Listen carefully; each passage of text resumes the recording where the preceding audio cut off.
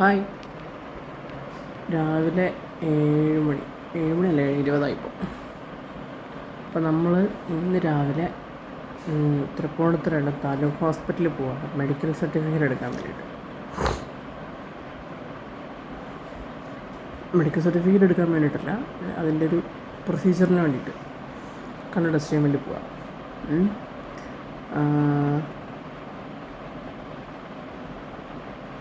അപ്പോൾ അങ്ങോട്ട് പോകുന്ന സമയത്ത് നമ്മുടെ വണ്ടി പാർക്ക് ചെയ്യാനുള്ള സ്ഥലം അവിടെ ഇല്ല, അല്ലെങ്കിൽ നമുക്ക് അതിനെപ്പറ്റി അറിയില്ല. കഴിഞ്ഞ വർഷം പോയിട്ട് ഞങ്ങൾ പെട്ടുപോയി. അപ്പോൾ സ്കൂട്ടർ കൊണ്ട് പോകാം എന്നാണ് വിചാരിച്ചിരുന്നത്, പക്ഷേ അന്തരീക്ഷം നമുക്ക് അനുകൂലമല്ല, മഴ. അപ്പോൾ അതുകൊണ്ട് നമ്മൾ യാത്രി വിളിച്ചാണ് പോകുന്നത്.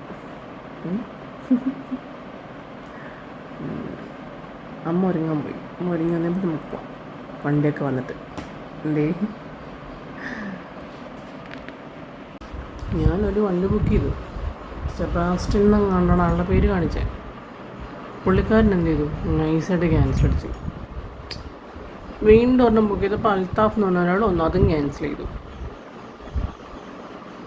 എന്താണെന്ന് ആർക്കറിയാം. അത് രണ്ടും കാറായിരുന്നു, മറ്റേ ഹാച്ച് ബാക്ക് ഇല്ലേ അത്.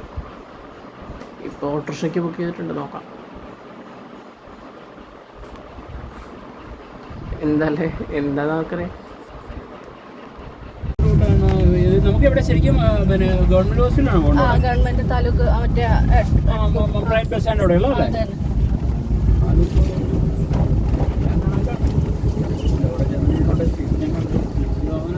വടക്കേക്കോട്ടെ കൂടെ പോകുമായിരിക്കും. നമ്മുടെ ഇതിൽ ഇങ്ങനെ ഇറങ്ങി പോകില്ലേ, ഇത് തൃക്കോവിൽ അമ്പലത്തിന്റെ അതില് കയറി പോകുന്നത്, അതാണ് എളുപ്പം. അത് എളുപ്പമാണോ? അതായത് എനിക്ക് തോന്നുന്ന ഇതാണ് അവന് ആ ഒരു ഇരുമ്പാലം വഴി കയറി പോകണമാണോ ഇതിൽ കാണിക്കുന്നത്? നോക്കാം, ഇതിൽ കാണിക്കുന്നത് ഏതാണെന്ന് നോക്കാം. അതായിരിക്കും ഏറ്റവും. അപ്പോൾ രണ്ട് വഴിയുണ്ട്, വേറെ വഴി കൂടെ കാണിക്കുക. ഇത് 7.3 കിലോമീറ്റർ, ഇത് മറ്റേ 9.3 അപ്പോൾ അത് റേറ്റ് വ്യത്യാസമുണ്ട്. പൊന്നുണ്ടി ചളിക്കോട്ടനോട് തന്നെ കാണിക്കും. ഇവിടെ കുഴിവേലി അമ്പലം ഉണ്ടല്ലോ, അതിൻ്റെ അങ്ങനെ. പക്ഷെ അത് എന്നാലും ഏരൂർ വഴി കയറിയാലും ദൂരം കൂടുതൽ.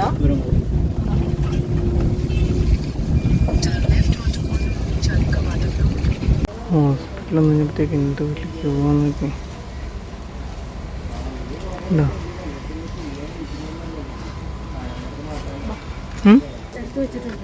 ഓക്കെ, ബാക്കി അല്ലെങ്കിൽ ആ ക്യൂ നിന്നിട്ട് എന്നെത്താനും കഷ്ടകാലം. എന്നാ വലിയ ക്യൂ ആയിരുന്നു.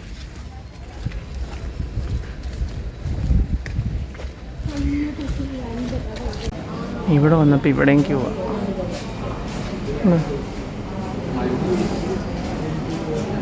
അവിടെയാണ് കണ്ണ് ടെസ്റ്റ് ചെയ്യുന്ന സ്ഥലം.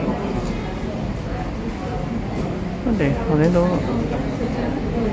ഇവിടെ നിന്ന് എന്തായാലും അങ്ങോട്ട് കയറാൻ ക്യൂ കാണുന്നുണ്ട്. അത് കണ്ണ് ടെസ്റ്റ് ചെയ്യാൻ തോന്നുന്നുണ്ട്.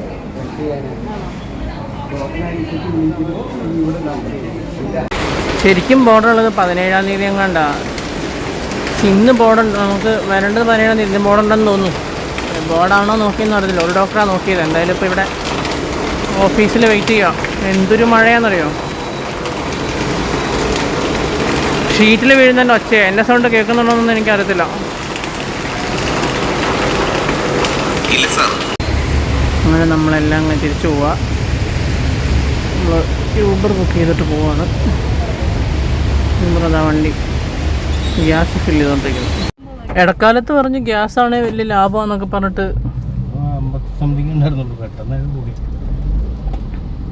CNG വണ്ടികൾ കൂടിയല്ലോ. ഇപ്പോൾ കമ്പനി CNG ഇറക്കാൻ തുടങ്ങിയല്ലോ. ആണല്ലേ? ഡിക്കി സ്പേസ് കുറവാണ്. എങ്ങനെയാണ്?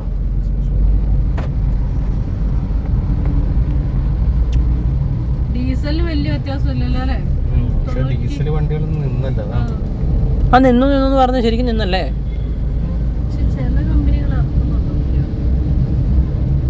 ചിലയിടത്ത് ഡീസൽ ഉണ്ടെന്നും പറയുന്നുണ്ട്. അതാണ് ചോദിച്ചു. പുതിയ വണ്ടികളങ്ങനെ വരുന്നില്ല. കിയയുടെ വണ്ടിയൊക്കെ ഇറങ്ങുന്നുണ്ട്.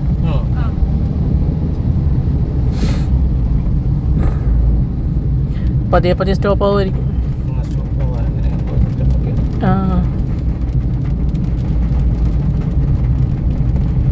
പണ്ടെല്ലാവരും പറഞ്ഞു CNG ആണെങ്കിൽ ഭയങ്കര ലാഭമാണ്.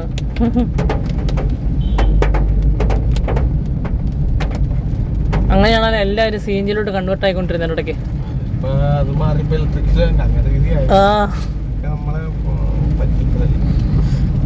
കുറച്ച് കഴിയുമ്പോൾ ഇലക്ട്രിക്കിനും എന്തെങ്കിലും ഇത് വരും.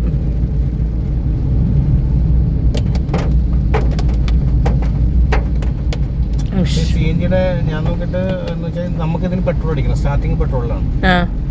അപ്പൊ അത് വെച്ച് നോക്കുമ്പോഴത്തേനും പെട്രോൾ ക്യാഷ് ആവും എന്തായാലും. ഇപ്പൊ നമ്മൾ 90 രൂപ ഇതിന് കൊടുക്കുകയും ഈ സ്റ്റാർട്ടിങ് പെട്രോളിലായതുകൊണ്ട് അത് ഓട്ടോമാറ്റിക്കായിട്ട് അതും ചിലവല്ലേ. പിന്നെ അതും നമ്മൾ നടക്കണം എന്നാണല്ലോ പറയുന്നത്. നടക്കണം. 500 രൂപ ആഴ്ചയിലാവും അത് പെട്രോള്. അപ്പൊ ആ പെട്രോൾ കുറയുന്നുണ്ടോ? പിന്നെ സ്റ്റാർട്ട് ആകുമ്പോൾ കുറയില്ലേ അമ്മ? പെട്രോൾ ഉപയോഗിച്ചിട്ടേ വണ്ടി സ്റ്റാർട്ട് ആവുള്ളൂ. ഒരു ഗ്യാസ് ആണെങ്കിലും അല്ലേ? രണ്ടും അടിക്കേണ്ടത് കൊണ്ട് അത് വെച്ചിട്ട് നോക്കുമ്പോൾ കണക്കാ. പിന്നെ ഇത് പെട്രോളിന്റെയും അതേപോലെ തന്നെ രണ്ടിന്റെയും സർവീസ് ചെയ്യുമ്പോഴത്തേനും രണ്ടിന്റെയും ഓയിൽ ഇതൊക്കെ മാറ്റണം. രണ്ടും ഒരേപോലെ ചേഞ്ച് ചെയ്യണം. നമുക്കിപ്പോ പെട്രോൾ വണ്ടിയാണെങ്കിൽ ഒരു 3500 സർവീസ് എന്ന് പറഞ്ഞാൽ ഇത് നേരെ 6000 രൂപ. എല്ലാം വെച്ച് നോക്കുമ്പോഴേ നഷ്ടമാണ്. അങ്ങനെ ഇന്നത്തെ കലാപരിപാടിയൊക്കെ അവസാനിച്ചു. നമുക്ക് ഇനി 17-ാം തീയതി മെഡിക്കൽ ബോർഡിൽ പോകണം, ഹാജരാവണം. ഇന്നിപ്പോൾ നമ്മൾ ഡോക്ടറെ കണ്ടു, ഡോക്ടർ എഴുതിയ സീറ്റാണ് നമ്മൾ അവിടെ കൊണ്ട് കൊടുത്തതൊക്കെ. അപ്പം ഇനി 17-ാം തീയതി മെഡിക്കൽ ബോർഡിൽ പോയി ഹാജരാവണം. അവിടുത്തെ പ്രൊസീജിയർ എന്താണെന്ന് എനിക്ക് ഓർമ്മയില്ല. കാരണം എനിക്ക് 9 വയസ്സുള്ളപ്പോഴാണ് ആദ്യമായിട്ട് മെഡിക്കൽ സർട്ടിഫിക്കറ്റ് എടുക്കുന്നത്. അത് ഞാനും അമ്മച്ചിയും അപ്പച്ചനും കൂടെ കുറേ ഓടി നടന്നിട്ടുണ്ട് അതിന് വേണ്ടിയിട്ട്. പക്ഷേ 9 വയസ്സാണ് പ്രായം. അതുകൊണ്ട് എനിക്കൊന്നും കറക്റ്റ് ഓർമ്മയില്ല.